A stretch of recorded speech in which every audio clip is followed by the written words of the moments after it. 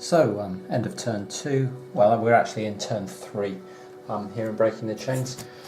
Turn 2 saw something of a standoff here in this area of the sea, north of the Spratlys, prompted by some. There were two Vietnamese diesel subs, these Kilo submarines with this stealth of 7, and it makes them very hard to engage because they can evade pretty much anything you throw at them, and yet if you get close enough, if you get within a hex of them, they move into your hex and then they can sneak attack you essentially, which is very, very dangerous, something the Chinese wanted to avoid desperately because they don't want subs with, let's have a look at the stats on these. Look, a torpedo rating of 3 and only needing an 8 to hit because this missile defense doesn't work against torpedoes. So with a 3 and needing a 9 to hit, so you only need a 6 to sink something, or a 7 or something, and that can be very dangerous for carriers and transports and all kinds of things. They had subs in these two hexes here. A Chinese sub has been moving up to try and engage these, and the Vietnamese ended up with a sub here. And in the 6th cycle, the Chinese announced an engagement with that, and it rolled a 2 on its evasion and didn't manage to evade, and the Chinese were able to send in a whole load of bombers and fighters and stuff and destroy them. And that has opened up the path very fortuitously, because this group were something of a loss as to how to deal with these subs, especially since they were in under air cover from over here. But all the planes had to leave because of for the fear of cruise missile strikes during the sort of Black Ops phase. So they cleared out. They had warning signs of cruise missile strikes and left again to take up station over here, and they will return soon. But at the moment, the Chinese are free from the huge great big air force that was here. So the other thing that happened was some more cruise missile strikes down here into Bangkok to thin out the Thai air force. And then the Chinese played one of their special ops, satellite warfare, which hacks the satellites and reduces the strike number of cruise missile strikes to 3 for both sides for the remainder of the game. So they drop the Americans to 3, and then there's a sort of retaliatory hacking that goes on, and the Chinese get dropped to 3. So from now on, here on in, cruise missile strikes only have a value of 3 instead of 5. The Chinese are happy with that trade-off because they've got plenty of strikes in with the 5 value. The downside for them is that they've not hit any of these F-35s that they'd really like to take out, and so in the long run that may not have done them any good, but who knows. So we've got this situation now where this Chinese force has a run in into the Spratlys with and can get under its own air cover out of Malaysia before the return of a load of aircraft in here. So yeah, that's what's going on with the Chinese attempts at the moment to invade, and the First Island Coalition are still sort of amassing their forces. The Vietnamese naval stuff around here has been kind of thinned out because these Sofreni destroyers, they have a range of 3 rather than 2, and they were able to pick off some Vietnamese naval forces that had got a bit too close in here. So that all went pretty poorly for the Allies, and the Chinese are just inching forward. But it's not a game, I don't think, where you want to just charge and roll dice. You, if possible, want to try and pick off stuff that can't really fight back, and and put pressure on that way by forcing losses with as little risk to yourself as possible, because stuff can't be replaced. And if you lose your air force, then you're done. If you lose your transports, you're done. If the Chinese lose all their carriers in here, then they're going to really struggle to project any air power at all where they need it. So there are certain key elements, and you just don't want to throw them away. So here in turn 3, in breaking the chains, I think the Chinese have made a horrible error in terms of how I've gone and done this with their forces. But a sub has sneaked into the hex with their main task force, with their carriers and a couple of their transports, although the transports have managed to get the troops off onto the island. But they've got a sub in there with them now, which can kind of sneak attack, and the First Island Coalition are sending in an alpha strike of F-35s to try and support that, and just completely neuter the Chinese naval threat. And if they do it, the game's pretty much over in turn 3 out of 30, which would suggest that you're meant to take a much slower and more cautious approach with the Chinese, which may well be true. Anyway, all the Chinese can do is throw in their 4 J-31s as intercepts. These are significantly inferior, though, because they only have a stealth of 2 against 3, which means that all these get to fire first, and they only get to fire back with what's left. And they have an air-to-air of 4 against an air-to-air of 5, and that may not seem significant, but it's the difference on a bell-shaped curve of needing 8s to hit or 9s to hit, which is considerably, that's 10 or 12% difference in terms of combat ability. So let's roll through this. This guy is going to attack in here, and we'll roll some dice and see what the Americans get. They get a 9 plus 5 is 14. That's going to be 2 step losses on the first Chinese plane. The next one, I'll shoot the next one down, since there's a maximum of 1 step loss on there. Gets a 9 as well. That's 2 step losses. In here, and the third one gets a 10. That's 3 step losses. That's this gone. And the final one gets a 7 plus 5 is 12, and that misses. But you can see now the firing back can only do 1 step loss, and 3 step losses maximum. So the first J-31 fires back and is on a -2, gets a 5 and misses. The second one gets a 10, plus 4 is 14, but -2 for his 2 steps is 12, can't even hit on a 10, and the final one gets a 4 and completely misses. And as a force, this is now spent. They're useless. They've got 1 step there, 1 step there, and 2 steps there. I suppose they can ditch one of these and have just 1 step loss on one of them, because they can reform.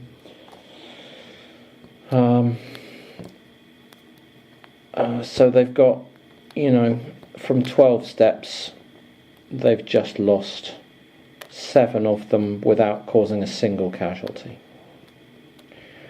So that's a disaster. And now this lot plus the sub are going in to hit the Chinese naval force. So let's see what happens there. Let me just have a look at the engagement. Trace, strike, pass, air-to-air combats we've just done. Submarine surprise attacks. So the submarine that we've got in here, which is a Thai submarine with a torpedo of 3, will hit one of the carriers. Let's give that a roll. 5 plus 3 is 8. The target number was 8. That does not hit. So the sub has now fired.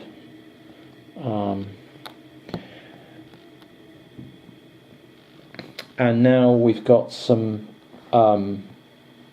more air-to-air combat, because obviously the carriers will put their planes up flying cap, although this is probably pointless as well. So here's the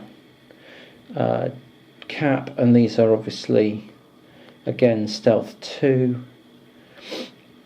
They're 12 to hit. They've got an air-to-air of 3, but they're only 2-step units.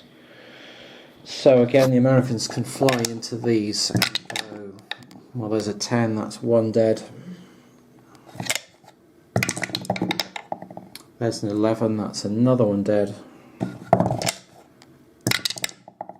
And there's an 8, plus 5 is 13.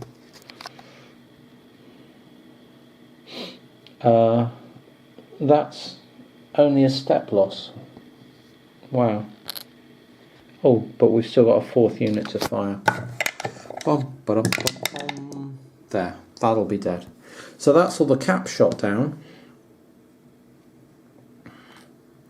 And now we're continuing just to fire at the ships. Unless, of course, these things are all marked fired, but I don't think they are. My understanding is that they just keep rolling.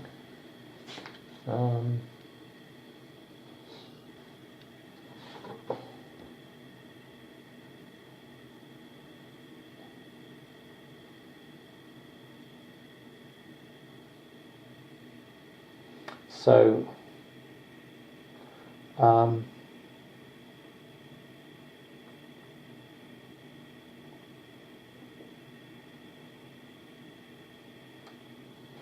there's nothing that's suggesting that they stop. I think there's interception. There can be air-to-air combat.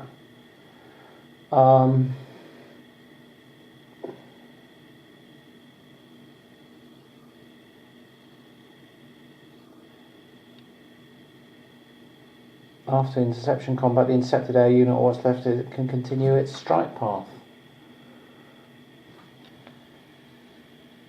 So these now carry on their strike path, and they're going to roll against anti-ship. They've got all got 3s. They're needing 11s to hit because of the missile defense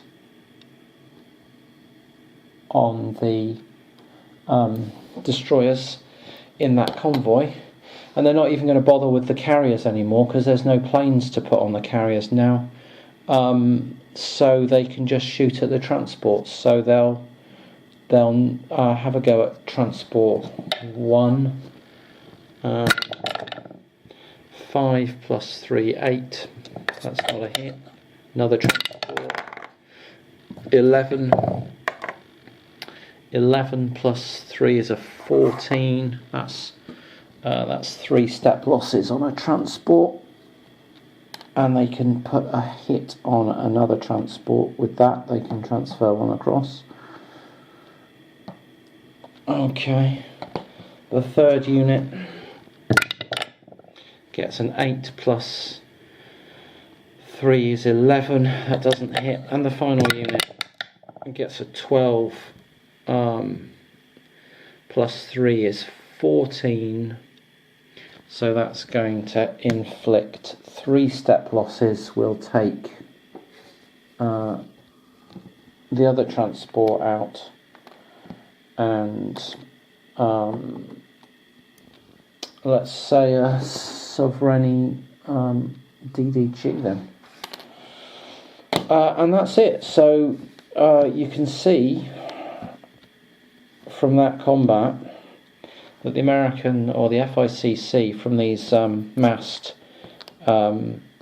F-35s have taken no losses and inflicted 1, 2, 3, 4, 5, 6, 7, 8, 9, 10, 11, 12, 13 step losses on the best fighters the Chinese can amass, in the best numbers that they can amass them, as well as sinking 2 transports and one of the Chinese best destroyers, for no losses whatsoever. Right, and that now leaves this naval force with pretty much no air cover and no way of regaining air cover, and I mean the transports are going to get shot up in the next step. So this game is likely to last the rest of this turn before I call it, and have a rethink, because unless you can hit these with cruise missiles, I'm not entirely sure what you're meant to do about them, since there's nothing that you can put up that can actually fight them.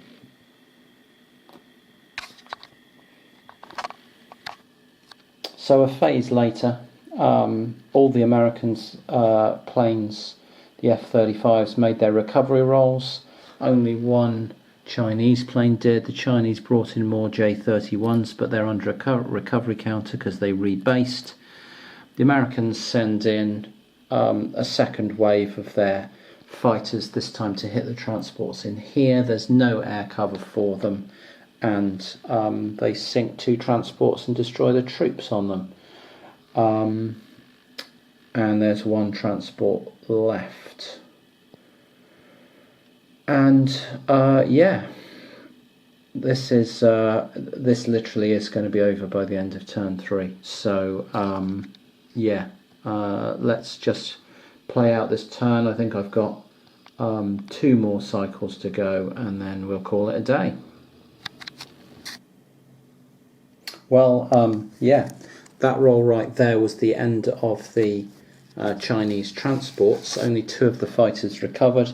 They went up again, had a brief skirmish with the J-31s that were active, traded 1 step loss each this time, and then went in and hit the transports, and that's the last Chinese transport sunk.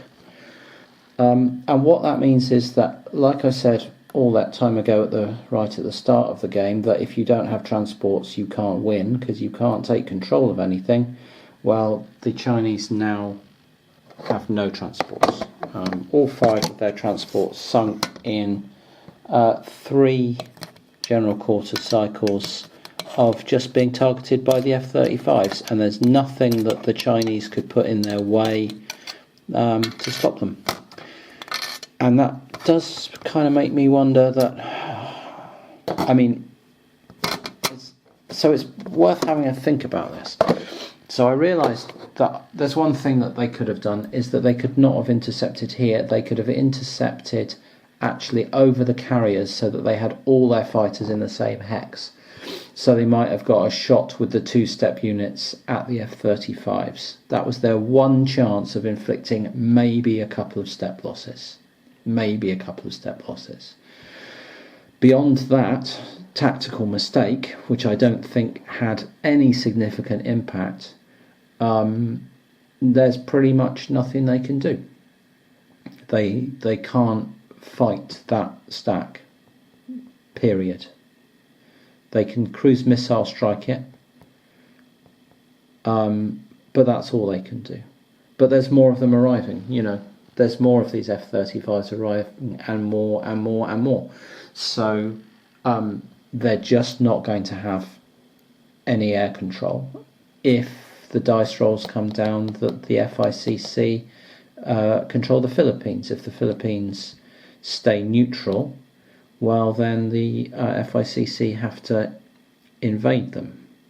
But if they don't stay neutral, if they go FICC, then these air bases in Manila and down here are just freely available to forces to just rampage over the Spratlys and could take complete air control, as I've just shown what happens when J-31s go up against these things. They lose horribly, very quickly. And similarly, you could say, well, the Chinese could look for points in Taiwan, where you can see that, you know, that's just the naval forces around Taiwan, and then you've got this lot to look at as well. and you'll just end up with your stack of F-35s operating out of here in Japan, providing exactly the same kind of air cover. You've got no different problem there than you have down there, and if you want to switch, well, the planes will rebase. So, okay, that's the problem you're now looking at as the Chinese is almost unstoppably superior air power. What can you do? Can you try and take the air bases? Can you try and roll down, just roll ground forces down here, slowly grind down turn after turn after turn, and take the whole of Thailand and Malaysia? Well, yeah, but even if you can, these can rebase into Singapore and start picking you off that way, or rebase into Ho Chi Minh City and start picking you off that way. And once you hit that, what are you going to do? I mean, we've seen what happens to ground forces when there's unopposed air bombing them. Up here in northern Vietnam, they just get shredded by 6 cycles of attack where they can't even move. So that doesn't look very viable. And even so, how is that scoring us points in the Spratlys? What are we going to do having taken this entire landmass? It hasn't helped us get over there. To do that, we'd have to be taking these air bases over here. And again, how are we going to do that unless we're getting transports across this sea? And you can't get transports across this sea because they get blown up. So I'm rather at a loss for words as to what you're supposed to do.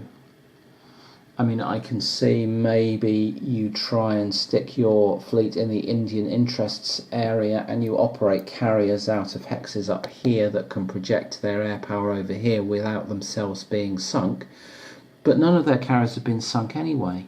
It's not their carriers that got sunk. The carriers are useless because all the planes on them get blown up.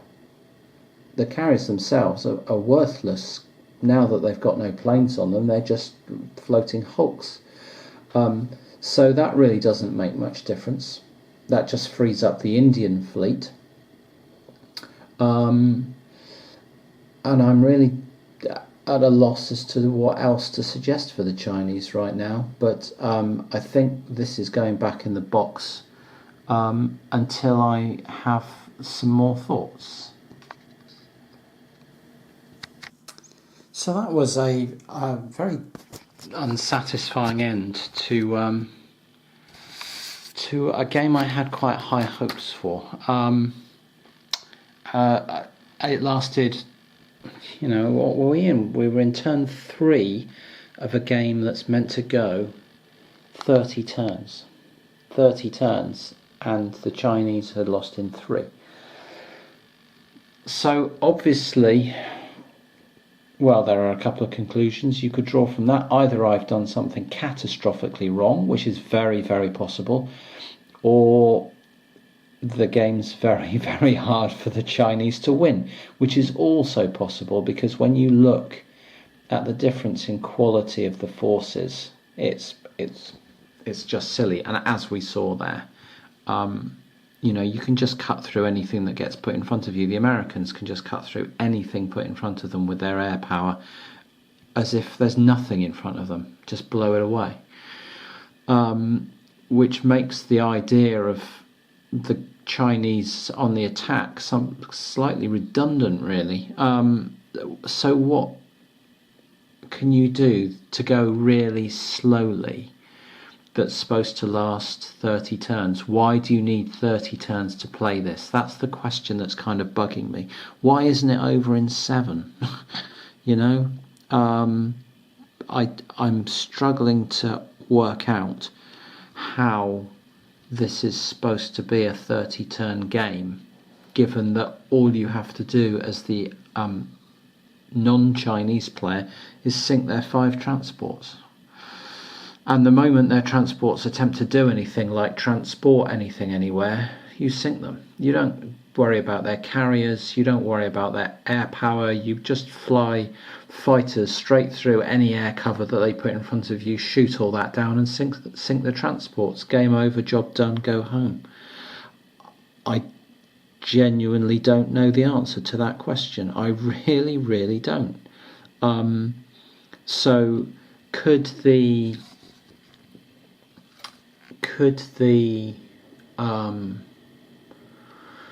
Chinese player take the view that they're just going to have to bombard Taiwan again and again and again and again with cruise missiles and surface-to-surface missile strikes and cruise missiles and surface-to-surface missile strikes, and hope to make it across there, that one hex with troops on board? No, because the planes flying out of Japan are just going to shoot them down. And you could say, well, they'll surface-to-surface missile the planes in Japan, but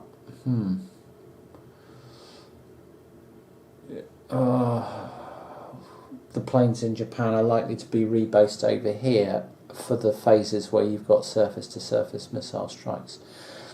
I guess what you could then say is, well, you've got that window to get your transports across there and unload, but the trouble with that is, okay, you get one go, then the planes turn up, recover and blow all your transports up, and you get them for one use, and you get some steps of stuff that onto Taiwan, great, and then the overwhelming air power based out of Japan comes and kills it all again. What are you defending it with from that air power? Air power? Sorry, your air power doesn't work. What are you defending it with? Nothing. I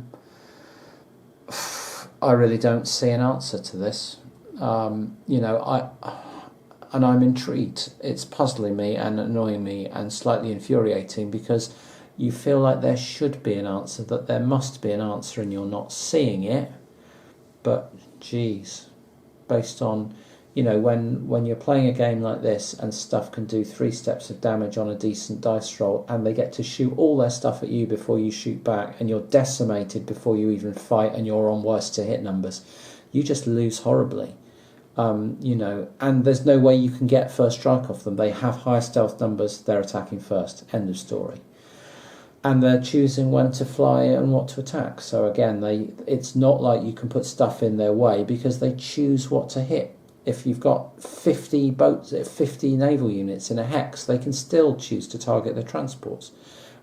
Bang, gone, finished. And then I suppose you've got the odd power drop from the odd transport, but big deal.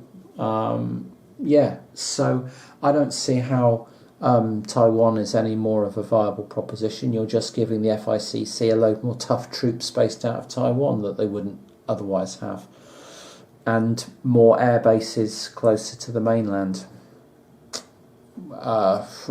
and ports. I just don't see that either. Coming down here over at the Spratlys, if the Philippines goes the way of the FICC, then they've got these air bases over here. So the only viable way I can see of getting across here is if the Philippines stays neutral. But then, then you're forcing the FICC to attack, and at the start of the game they don't really have the transports and resources themselves to come in and take these, which might then allow you to get a foothold over here before they turn up and kill you.